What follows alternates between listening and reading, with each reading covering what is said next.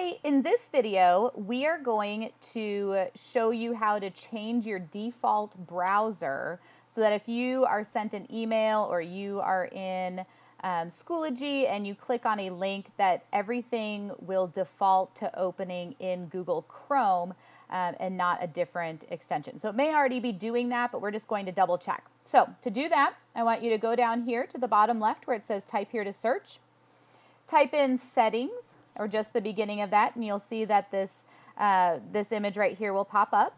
Click that button, and then when it says find a setting, you don't need to worry about all the stuff underneath here, but if you just start typing in the word default, you will notice that it says default app settings. You're going to click on default app settings, and it will show you the default places that it is sending different things. For this particular one, you're going to scroll down to web browser. When you click on it, you should see it's probably set to Internet Explorer right now. So when you see that, you're going to click on it and you're going to choose Google Chrome. So you're going to choose Google Chrome in your default for your web page. And that